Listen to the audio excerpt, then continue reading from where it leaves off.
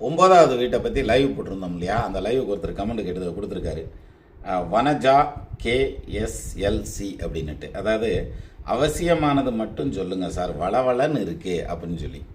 அதாவது மெமரியில் relative memory அப்படின்னு ஒன்று இருக்குது. அதாவது டபுள் யுவர் மெமரி பவர் அப்படின்னு ஒரு புத்தகத்தில் நான் பார்த்தேன் ரொம்ப நாளைக்கு முன்னாடி.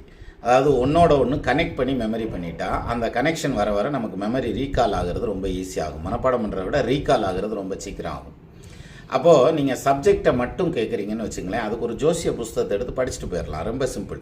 நீங்கள் அதில் ஜோசியத்தை தவிர வேறு எதுவும் இருக்காது. அந்த புஸ்தகத்தில் எதுவுமே வளவலன்னு எழுதியிருக்க மாட்டாங்க. அந்த ஜோசியத்தை படிச்சிட்டிங்கன்னு வச்சுக்கோங்களேன், எத்தனையோ புஸ்தகம் இப்போ வரைக்கும் படிச்சிருப்பீங்க, எவ்வளோ மனசில் நிறுத்திருக்கீங்கன்னு பாருங்கள், நிற்காது. ஆனால் அதே சமயத்தில் கேஷுவலாக ஒரு உரையாடலாக இருந்ததுன்னா, நம்ம ஏதாவது ஒரு விஷயத்த சொல்ல அதுக்கோட ரிலேட்டடாக இன்னொன்று சொல்லலை, நமக்கு அந்த உதாரணம் சொன்ன விஷயத்தை பார்க்குறப்பவே இது ஞாபகத்துக்கு வரும். அப்படி தான் ரீகால் பண்ண முடியும். அதுக்காக தான் இந்த பேச்சு.